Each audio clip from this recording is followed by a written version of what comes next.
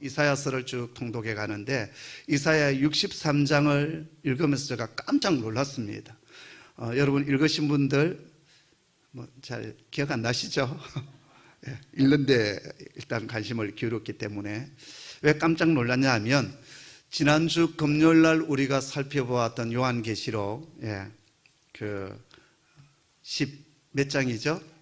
14장 그 뒷부분 있지 않습니까? 마지막 추수에 대한 부분, 그리고 그 추수 가운데 포도송이 추수, 포도 접틀에 짓밟는 우리 주님 오셔서 마지막 때 이제 악한 적그리스도의 세력과 음녀와 모든 이 세상에 하나님을 대항했던 이 악한 옛뱀과 그 옛뱀을 추종했던 모든 그룹들을 심판하시는 그 심판의 내용이 이사야 63장에 그대로 예언되어져 있는 거예요. 우리 한번 이사야 63장을 좀 보았으면 좋겠습니다. 1절부터 6절까지만 우리 같이 읽었으면 좋겠는데요. 함께 읽도록 하겠습니다. 이사야 63장 1절부터 6절까지 함께 읽습니다. 찾으셨나요? 같이 읽습니다. 시작. 에돔에서 오는 이 누구며 붉은 옷을 입고 보스라에서 오는 이 누구냐? 그의 화려한 의복 큰 능력으로 걷는 이가 누구냐? 그는 나인이 공의를 말하는 이요 구원하는 능력을 가진 이니라. 어찌하여 내 의복이 붉으며 내 옷이 포도즙틀을 밟는 자 같으냐? 만민 가운데 나와 함께한 자가 없이 내가 홀로 포도즙틀을 밟았는데 내가 노함으로 말미암아 무리를 밟았고 분함으로 말미암아 짓밟았으므로 그들의 선헬이 내 옷에 튀어 내 의복을 다 더럽혔음이니 이는 내 원수 갚는 날이 내 마음에 있고 내가 구속할 해가 왔으나 내가 본즉 도와주는 자도 없고 붙들어주는 자도 없으므로 이상하게 여겨 내 팔이 나를 구원하며 내 분이 나를 붙들었음이라. 내가 노함으로 말미암아 만민을 밟았으며 내가 분함으로 말미암아 그들을 취하게 하고 그들의 선혈이 땅에 쏟아지게 하였느니라. 아멘. 우리가 잘 알다시피 이사야서는 크게 두 부분으로 나누어진다라고 했습니다. 1장부터 39장까지 주로 심판에 대한 이스라엘 백성들에 대한 하나님의 징계의 메시지가 1장부터 39장까지, 40장부터 66장까지가 구원에 대한 메시지예요. 구원과 회복에 대한 메시지인데 그것은 포로로 끌려갔던 이스라엘 백성들이 다시 돌아와서 회복되어지는 것들을 이사야서는 먼저 예언하고 있습니다. 그런데 또 이 예언 가운데 이 구원과 회복에 대한 이스라엘 민족의 회복과 구원 속에 뭐가 담겨져 있느냐 하면 메시아의 나라, 그리스도의 나라의 회복에 대한 부분이 함께 중의적으로 담겨져 있다라는 거예요. 우리가 선지서를 읽다 보면 이 선지서가 단순히 그냥 이스라엘 민족만을 위한 메시지로만 채워지지 않았다는 걸 우리가 알아야 돼요. 1차적인 적용은 누구에게 있느냐? 민족적인 이스라엘 백성들에게 이 구약의 메시지가 1차적인 메시지로 들어가야 돼요. 그렇죠? 그러나 이 속에 또 뭐가 담겨져 있냐 하면 이제 예수 그리스도를 통해서 구원받은 하나님의 나라, 새 이스라엘 되어진 이 땅의 모든 구원받은 백성들, 유대인이나 헬라인 할 것 없이 모든 열방 가운데 메시아를 통해서 구원받은 하나님의 백성들, 그 하나님의 나라에 대한 회복과 구원의 메시지가 이 선지서 속에, 예언서 속에 담겨져 있다라는 거예요. 무엇보다도 이사야서에 보면은 순환받는 종에 대한 예언의 말씀이 담겨져 있고 또 구원자이신 그리스도, 왕으로 오신 그리스도의 모습이 이사야서 속에 담겨져 있습니다. 근데 오늘 여기 63장에 보면은 63장의 내용은 뭐냐면 지금 보복하시고 심판하시는 하나님의 모습이 나오고 있습니다. 근데 그 모습을 우리가 자세히 읽어보니까 어떻습니까? 이분이 에돔에서 오셔요. 에돔에서 오는 이 누구며 붉은 옷을 입고 보스라에서 오는 이가 누구냐라고 했어요. 지금 마지막 심판주로 오시는 그분의 의복이 어떻다고요? 붉었다라고 했어요. 그런데 그냥 옷감 자체가 붉은 것이 아니라 그들을 진멸하고 심판함으로 말미암아 그 선헬로 인하여서 그분이 입고 계시는 세마포 옷이 지금 붉게 물들어 있는, 마치 우리가 이제 지난 시간에 살펴보았듯이 요한계시록 14장 이 뒷부분에 포도 접트를 밟고 심판하시는 그 천사로 되어져 있지만 그 앞부분에 보면 그 천사에게 그것을 명하시고 행하시는 주체가 누구냐면 바로 오실 메시아, 오실 그리스도이시거든요. 그분의 모습이 바로 연결되어져 있다라는 거예요. 자, 여기 보면 이제 묻고 있습니다. 에돔에서 오는 이 누구며 붉은 옷을 입고 보스라에서 오는 이가 누구냐? 그의 화려한 의복 큰 능력으로 걷는 이가 누구냐? 그는 누구라고요? 나다라고 얘기합니다. 내가 누굴까요? 바로 하나님이에요. 여호와 하나님이십니다. 나는 공의를 말하는 자요. 그 다음에 뭐라고요? 구원하는 능력을 가진 이니라라고 말씀하십니다. 공의로 심판하시는 분이시고 그 다음에 또 구원하는 능력을 가지신 분, 이분은 한 분밖에 계시지 않습니다. 바로 여호와 하나님이십니다. 그러면서 사람들이 누군가 물어요. 제3자가 묻습니다. 어찌하여 내 의복이 붉으며 내 옷이 포도 접트를 밟는 자 같으냐? 왜 당신의 옷은 그렇게 붉었으며 포도 접트를 밟은 것처럼 그렇게 지금 서늘이 낭자해 있습니까? 예. 그랬을 때 말씀하십니다. 만민 가운데 나와 함께한 자가 없이 내가 홀로 포도 접트를 밟았는데, 예. 아무도 이 심판에 함께할 자가 없어요. 왜냐하면 심판주는 오직 한 분밖에 안 계시기 때문에. 그래서 뭐라고 말씀하십니까? 내가 홀로 포도즙들을 밟았는데 내가 노함으로 말미암아 무리를 밟았고 분함으로 말미암아 짓밟았으므로 그들의 선혈이 내 옷에 튀어 내 의복을 다 더럽혔음이니. 바로 이 말씀이 어디와 연결된다고요? 요한계시록 14장 이 마지막 부분과 그대로 연결된다라는 거예요. 주님께서 이제 마지막에 오셔서 재림주로 오실 때 하실 일이 뭐냐 하면 우리 믿음의 백성들, 하나님의 백성들, 인침받은 저와 여러분은 구원으로 우리가 그분 앞에 서게 될 것입니다. 그러지 못한 자들은 어떻게 됩니까?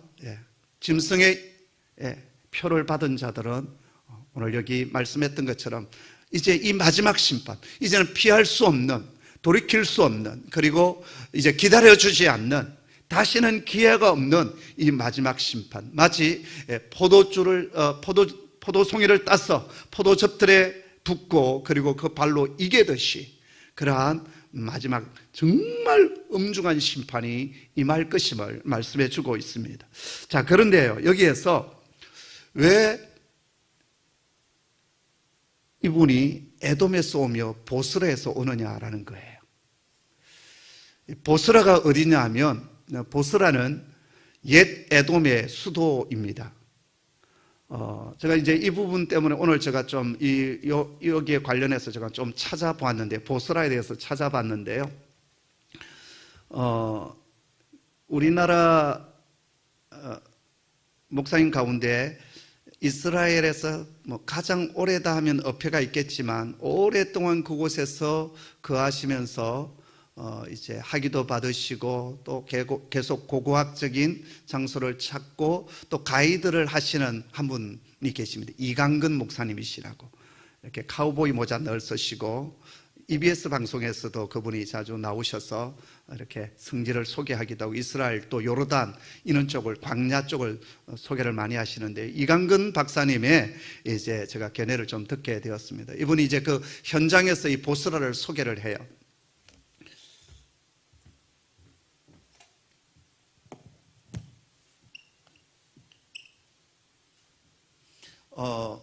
암만이 이제 이쪽에 있어요. 지금 요르단이에요. 지금의 요르단이고요. 이제 옛날 구약시대로 본다면, 밑에가 이제 저 아래쪽이 에돔이죠. 에돔이고, 그 다음에 모압입니까? 그 다음에 암몬입니까? 맞습니까? 정 목사님? 이렇게 되나요? 이 에돔의 수도, 우리는 이제 에돔의 수도를 보통 우리 그 페트라라고 불리어지는, 그것을 에돔의 수도로 사람들이 이해를 했는데요. 그건 좀 잘못된 것이고, 물론 에돔의 오랫동안의 그 수도 역할을 했던 곳이 페트라가 맞습니다. 그런데 그것은 후대에, 그러니까 구약 시대에 나왔던 에돔보다는 구약 그 신약 시대에 접어들었을 들었을 때 이 에돔 지역에 한 왕국이 있었습니다. 나바티안 왕국이라고. 이 나바티안 왕국 시대 때 이제 바울이 이 나바티안 왕국의 왕으로부터 큰 핍박을 받게 되거든요. 예수를 만난 뒤에. 그때 이 왕국이 나바티안 왕국이었고요. 구약 시대 때 에돔의 수도는 이 사해 아래쪽 지역, 잘 좀 안 보이시죠? 예. 사해가 이렇게 돼 있으면요, 이제 여기 쭉 요단강이 내려와서 사해에 물대어지면 이 정도, 이제 왕의 대로가 이렇게 흘러 내려가거든요. 왕의 대로. 고대의 유명한 교육로 중에 하나가 왕의 대로예요. 하나는 이제 저쪽으로 해서 해변길로 해서 애굽으로 내려가고, 한 길은 왕의 대로로 내려가는데, 이쪽 지역, 암몬과 페트라 사이에 있는 도시가 바로 이 보스라, 지금도 이름이 거의 부에스라 이렇게 되어져 있는 곳인데, 거의 뭐 사람이 조금 몇 가구 살 정도로 아주 이렇게 버려진 그러한 마을이에요.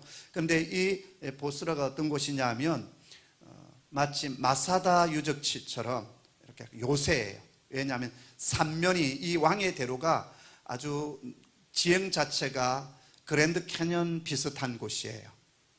그만큼 이 왕의 대로 가는 길이 험한 길인데, 이제 왜 이렇게 그랜드 캐년처럼 이렇게 험하냐 하면, 와디라고 해서 비가 내려오면은 물이 급류를 이루고 가다가 그 다음에 이제 비가 그치면 말라버리는, 그러면서 이제 이 그랜드 캐년과 같은 그러한 지형을 만들어내었는데요. 그래서 이 보스라는 삼면이 뭐로 되어지는 와디로 이루어져 있어요. 그러니까 천연 요새와 같은 곳이에요.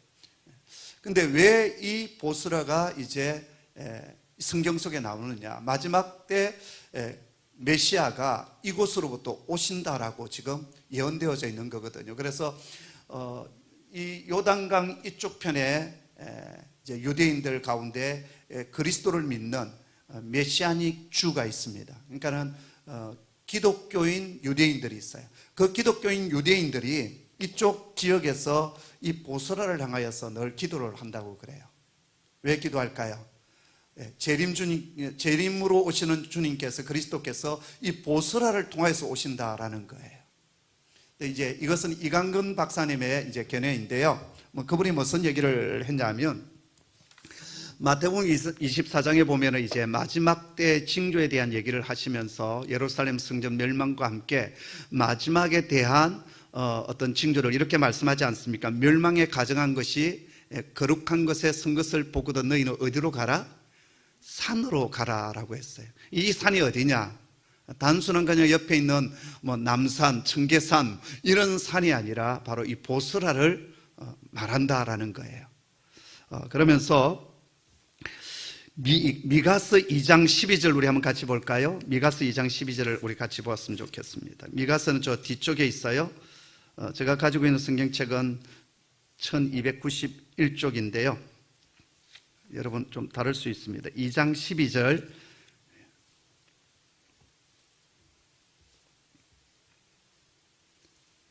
미가서 2장 12절 찾으셨나요? 한번 같이 읽어보도록 하겠습니다. 시작. 야곱아, 내가 반드시 너희 무리를 다 모으며 내가 반드시 이스라엘의 남은 자를 모으고 그들을 한 처수에 두기를 보스라의 양떼같이 하며 초장의 양떼같이 하리니 사람들이 크게 뜯을 것이며. 이제 이건 이강근 박사님의 견해인데요. 저도 상당히 수긍하는 부분이 있습니다. 7년 대환란 가운데 전반부 3년 반의 환란의 시간, 이 시간 속에 임했던 여러 가지 환란들은 우리 그리스도인들과 이 세상 사람들이 동일하게 고난을 당합니다. 그러나 후반기 3년 반은 누구에게만 임하냐면 바로 이 불신자들에게만 이제 임하거든요. 이 대접 재앙이 불신자들에게만 임해요. 자, 이럴 때 유대인 가운데, 이스라엘 백성들 가운데 메시아를 받아들이지 않았던 자들이 회개하고 돌이키는, 그들이 한 3분의 1 정도가 어디로 도망을 가느냐? 바로 이 보스라로 간다라는 거예요. 보스라라는 이름의 뜻이 뭐냐면 양의 우리라는 뜻을 가지고 있습니다. 양의 우리는 어떤 곳이죠? 피난처예요. 보호가 되는 곳이에요. 목자가 있고 보호가 되는 곳. 그러니까는 양의 목자가 누굽니까? 우리 영혼의 목자가 누구죠? 예수 그리스도이십니다. 그러니까는 이 보스라를 문자적으로 지명 그대로 지역적으로 해석을 지금 이강건 목사님은 하셨어요. 그렇게 보아도 좋고, 아니면 이것을 영적인 의미로 양의 우리라고 했으니까 목자이신 그분께서 우리를 보호하여 주시는 것으로 봐도 좋다라는 거예요. 이강건 박사님의 이제 견해는 뭐냐 하면, 이 후반기 3년 반 때 회개하고 돌아오는 유대인들이 있다라는 거예요. 그리고 그들이 어디로 이제 피난을 가냐 하면 이 보스라 쪽으로 간다라는 거예요. 이곳에 가 있을 때 이제 아마겟돈 전쟁, 우리가 뒤에서 이제 보게 되겠지만 무깃도죠.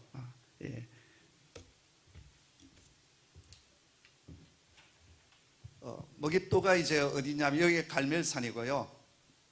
여기 이스라엘 평야예요. 이스라엘 평야인데 이 이스라엘 평야의 한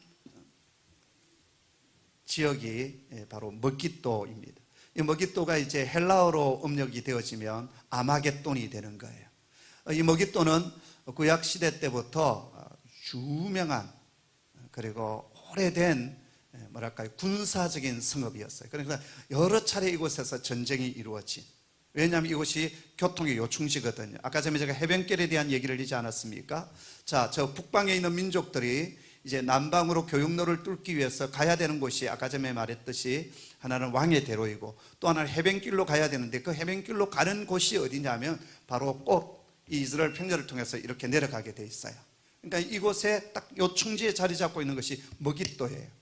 그리고 이 이스라엘 평야는 이스라엘 땅에서 가장 넓은 평야 지역입니다.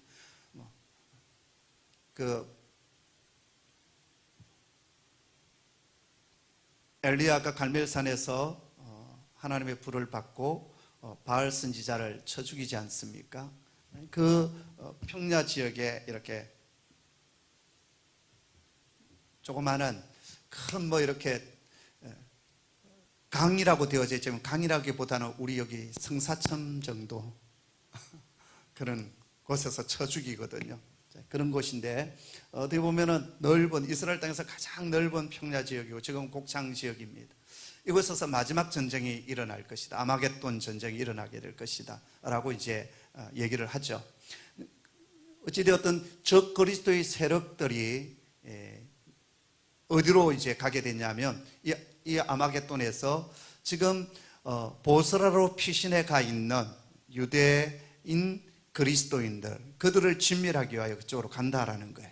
그랬을 때 재림주로 오시는 우리 주님께서 당신의 택한 백성들을 구원하시기 위하여서 바로 이 에돔의 수도인 보스라를 행진해 오셔서 그리고서 이 모든 옛뱀을 추종했던 적 그리스도의 세력들을 완전히 이곳에서 진멸하시고, 그리고 이제 예루살렘으로 오셔서 이제 승리의 노래를 부르는, 승리의 나팔 소리를 부르면서 행진해 가시는, 여러분 주님께서 오셔서 나팔, 이제 천사들의 나팔, 마지막 나팔 소리가 있을 때 주님께서 오시지 않습니까? 오셨을 때 여러분 어떻게 하실 것 같습니까? 그냥 짠 하고 나타나실 것 같습니까?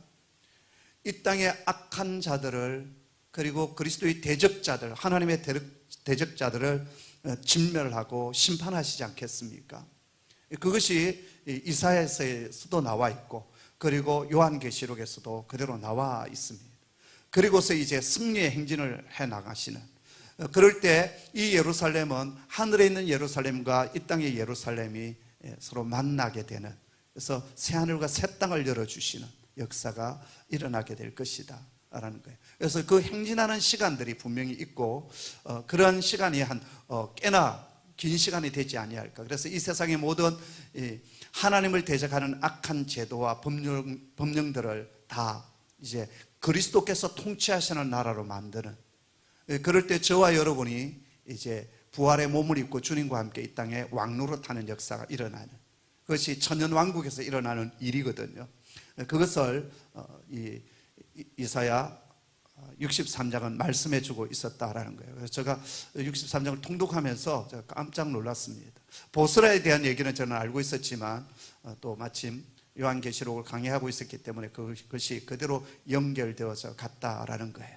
자, 그래서 서론이 길었습니다. 그래서 오늘 본론은 상당히 짧게 했습니다. 그렇죠? 자, 15장 우리 읽었는데요. 오늘 2절까지만 할 거예요. 그러니까 너무 긴장하지 마시고, 예.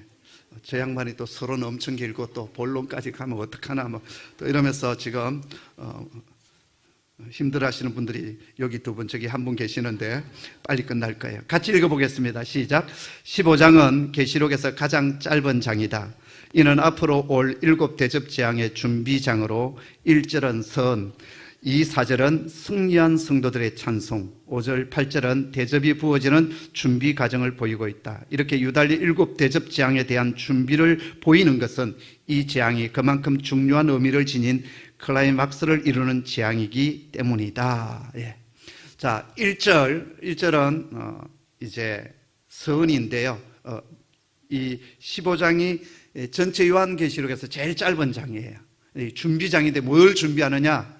이제 16장이 7 대접재앙이거든요. 7 대접재앙이 끝나면 이제 어떻게 됩니까? 17장이 음녀의 멸망, 그 다음에 18장이 뭐죠? 바벨론의 멸망이고, 그 다음에 19장이 뭡니까? 19장이 어린 양의 혼인잔치가 있습니다. 그리고 백마를 타시고 우리 주님께서 이제 행진하시거든요. 그리고 20장이 천년왕국이고 21장이 새하늘과 새 땅에 대한 얘기예요. 이제 요한계시록 마지막 심판 결론이 지금 나오고 있어요. 이게 너무나도 중차대하기 때문에 지금 이 요한이 드라마를 지금 썩어 나가는 데 있어서 하나님께서 뭘 보여주시느냐? 예고편을 지금 보여주시는 거예요. 준비하고 있으라는 거예요. 그리고 이것이 얼마나 중요한지를 지금 알려주는 겁니다. 자, 하늘에 크고 이상한 다른 이적이 1절에 있었다고 했는데요. 12장에 보면 그곳에서도 이적이 있었는데 이 12장에 나오는 이적은 뭐였냐면 용이 활약하는, 그러니까는 용이 누구를 핍박하죠? 두 정인을 핍박하고 교회를 핍박하잖아요. 그래서 용의 활약을 하나의 이적으로 보았습니다. 자, 그런데 오늘 여기 이제 15장의 이후에 나오는 이제 특별히 16장이죠. 16장에 이제 장차 큰 이적들이 일어나게 될 것인데 이건 뭐냐면 용에게 환난을 내리는 이적이다라는 거예요. 하나님의 이적, 그리고 하나님께서 용과 그를 추종하는 자에게 내리는 심판의 내용이다라는 거예요. 자, 7 천사가 7 재앙을 가졌는데요. 이것은 마지막 7 대접 재앙입니다. 그리고 이것이 마지막 재앙이라고 했는데요. 헬라어 원문을 보았더니 에스카톤이라는 단어를 쓰고 있었어요. 이것은 순차적으로 마지막이라는 뜻도 되지만 클라이맥스, 절정을 이루는 재앙이다라는 거예요. 이제 마지막 끝이 되었다라는 거예요. 끝장을 내는 재앙이다. 그만큼 중요하다는 거예요. 그래서 여기 1절은 뭐냐면 12장부터 14장까지의 결론이에요. 그동안 교회가 그리고 하나님의 백성들이 얼마나 많은 이 옛뱀과 그를 추종하는 적그리스도와 또 거짓 선지자로부터 또 이 세상의 제국이었던 바벨론, 로마 제국 같은 이 세상으로부터 교회와 성도가 핍박과 고난과 또 죽임을 당하지 않았습니까? 그런데 이제 결론이 어떻게 납니까? 그들이 심판을 당한다라는 거예요. 그리고 그 심판의 내용은 16장에 가서 대접재앙으로 연결이 되어집니다. 그러면 이제 2절부터 4절은 뭐냐 하면 그것을 미리 보면서 이제 이 일들이 일어났을 때 어떻게 될까요? 승리의 노래를 부르지 않겠습니까? 승리의 함성을 부르게 될 것이라고요. 그것을 지금 미리 보여주시는 거예요. 자, 그런데 여기 승리한 성도들의 참여의 이 모습은 무엇과 연결되어져 있냐면 구약에서 출애굽기와 연결이 되어 있다는 거예요. 이스라엘 백성들이 홍해를 기적 가운데 걷는 뒤에 뭘 부르죠? 모세의 노래를 부릅니다. 구원의 노래죠. 승리의 노래입니다. 또 미리암의 노래가 있었어요. 승리의 노래였어요. 그 노래를 마치 이스라엘 백성들이 홍해를 기적 가운데 건너고 그리고 모든 바로의 말과 병거를 그 홍해 바닷물에 수장시키시고 다시는 이제 그들이 뒤쫓아오지 못하도록 진멸했듯이 이제 마지막 이 하나님의 대접재앙으로 인하여서 이 땅의 모든 하나님의 백성들을 핍박하고 고난과 아픔을 주었던 그들이 완전히 홍해 바닷물에 수장당하듯이 수장을 당하고 심판을 당하고 이제 하나님의 백성들이 승리의 노래를 부르는, 마지막 노래를 부르는 그 내용과 그대로 연결되어 있다라는 거예요. 그래서 비교를 좀 보면요, 마지막 재앙이에요. 어떻게 보면 홍해가 실은 마지막 재앙이죠. 그 다음에 여기도 보면 마지막 재앙이라고 15장 1절에 얘기하고 있습니다. 그 다음에 홍해인데 여기에서는 15장 2절에 뭐라고 되어 있습니까? 우리 한번 같이 읽어보도록 하겠습니다. 시작. 또 내가 보니 불이 섞인 유리바다 같은 것이 있고 짐승과 그의 우상과 그의 이름의 수를 이기고 벗어난 자들이 유리바다 가에 서서 하나님의 금은고를 가지고, 여기 보면은 유리바다인데 불 섞인 유리바다라고 했어요. 홍해 바닷물. 근데 홍해가 왜 홍해예요? 멀리서 이렇게 보면 붉은 빛을 띠고 있다라는 거예요. 핏빛을 하고 있다라는 거예요. 홍해예요. 근데 지금 이 마지막 이 심판의 유리바다도 불 섞인 붉은 그런 유리바다라는 겁니다. 그리고 이제 홍해를 건넙니다. 이스라엘 백성의 구원이에요. 여기 22장인데 잘못 쳐져 있습니다. 14장이에요. 고쳐주시면 감사하겠습니다. 제가 잘못했는지, 치는 사람이 잘못했는지 모르겠어요. 아마 제가 잘못했을 거예요. 그 다음에 15장 2절에 보면 벗어났잖아요. 그죠? 그 이름의 수를 이기고 벗어난 자들이 유리바다 가에 서서 건너온 자들이에요. 이들은 이 죽음의 강, 이 죽음의 바다를 건너왔어요. 그리고 지금 이곳에서 생명의 강가에서 지금 노래를 부르고 있습니다. 모세의 노래인데 여기에서도 무슨 노래입니까? 3절에 보니까 하나님의 종 모세의 노래, 어린 양의 노래를 불러 이르되, 그 말은 승리자의 노래다라는 거예요. 마지막 필승 코리아, 필승 그리스도 뭐 이러면서 노래를 부르는. 그 다음에 여기 연기가 이제 19장 18절에서 이스라엘 백성들 홍해를 건넌 뒤에 시내산에 올라갔을 때 연기가 자욱한 가운데 주님의 임재가 임하지 않습니까? 15장 8절에도 연기가 나오고 있어요. 그 다음에 이스라엘 백성들이 이제 출애굽한 뒤에 이 시내산에서 25장에 성막을 만들지요. 그리고 그 성막은 하나님의 임재하는 장소 아니겠어요? 그리고 이스라엘 백성들과 하나님이 함께 거하고 있음을 이제 확인시켜주는 장소가 바로 이 성막이었습니다. 근데 15장 5절에 보니까는 이제 구원받은 백성들 하나님의 정그 장막 안으로 들어가는 것을 보여주고 있습니다. 그래서 출애굽기에 이 홍해를 기적 가운데 건넜던, 그리고 구원을 받았던 그 이스라엘 백성들, 홍해를 건너기 전까지 이스라엘 백성의 완전한 구원을 이루었다 할 수가 없어요. 근데 홍해를 건너므로 이스라엘 백성이 구원을 받았고 대적자 바로와 그 마병들은 완전히 심판을 받은, 이제 더 이상 쫓아올 수 없도록 만들어버린 그 사건과 지금 이 마지막 주님께서 오셔서 심판하시는 사건과 그대로 연결되어져 있음을 보여주고 있습니다. 그래서 여러분, 그 밑에 있는 걸 제가 읽어볼게요. 7 대접 재앙은 최후의 재앙이며 불신 세계는 완전히 멸망시키고 성도들에게는 완전히 세상을 벗어나게 하는 출애굽적 재앙임을 암시하고 있다라는 거예요. 자, 1절 우리 보면 불이 섞인 유리바다라고 했어요. 유리바다 라고 지금 요한은 자기의 지금 어떻게 보면은 자기가 가지고 있는 언어를 가지고 표현을 하고 있습니다. 여러분 가운데 혹시 밤모섬을 갔다 오신 분 계십니까? 그때 다녀오신 밤모섬 몇 분 계시네요. 밤모섬에서 아침에 깨어 일어났을 때 그 앞에 바라봤던 바다가 어땠습니까? 햇빛에 받아서 마치 수정 같은 바짝바짝바짝 빛나는 유리바다. 아마 밤모섬에 유배되었던 요한은 그곳에서 보았던 그 에게의 바다, 스칼라 항이라고 하는 그 항구 앞에 있는 그 바다의 빛깔, 그 모습, 그것을 자신의 언어를 가지고 지금 천상에서 하나님 보여주시는 그 유리 바다의 모습, 천상의 이 바다의 모습을 지금 그대로 묘사해 가고 있다. 저는 그렇게 생각이 되었어요. 4장 6절에 보면은 수정 같은 유리 바다라고 했거든요. 그 유리 바다예요. 그런데 여기 보니까 불이 섞여 있다라고 했습니다. 그 말은 이 바다가 하늘에 있는 심판의 홍해 바다임을 그대로 암시하고 있습니다. 그리고 이 바다를, 이 심판의 바다를 우리 성도는 건넜습니다. 이제 앞으로 여러분 건너게 될 거예요. 이 노래를 부르게 될 줄 믿습니다. 근데 불신자들 이 바로의 마병과 군대들은 어떻게 됩니까? 통과하지 못합니다. 그리고 이 바다에서 장사 지내게 돼요. 그 심판이 마지막 때 있게 된다라는 거예요. 그랬을 때 어떻게 되겠습니까? 만세, 찬양, 노래를 부를 수밖에 없는 거죠. 근데 이들이 누구냐? 짐승과 그의 우상과 그의 이름의 수를 이기고 벗어난 자들이다라고 했어요.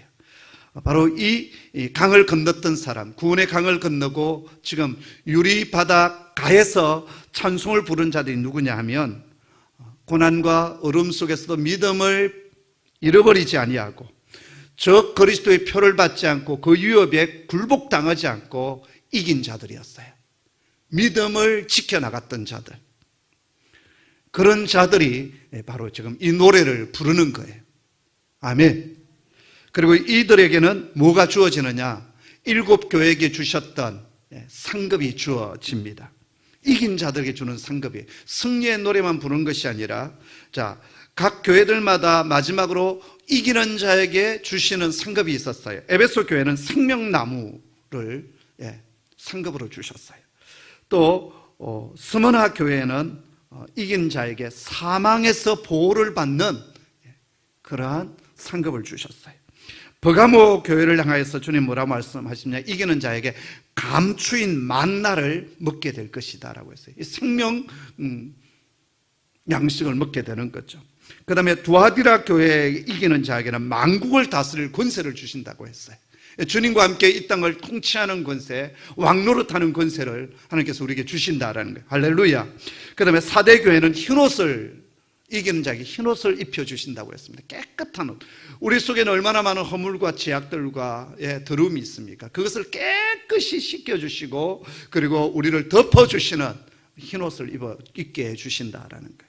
그 다음에 빌라델비아 교회에 이기는 자에게는 뭘 주시느냐? 하나님의 성전 기둥이 되는 영광을 허락하여 주시는 거예요. 그러면 여러분 다 모두가 기둥이 되어 있어야 됩니까? 그 말은 하나님 나라에 그렇게 아름답게 쓰임받는, 기둥처럼 쓰임받는 일꾼이 된다라는 거예요. 할렐루야. 그 다음에 그리스도의 보좌에 앉는 특권을 라우디게아 교회에 이기는 자에게 주신다라고 했습니다. 와우.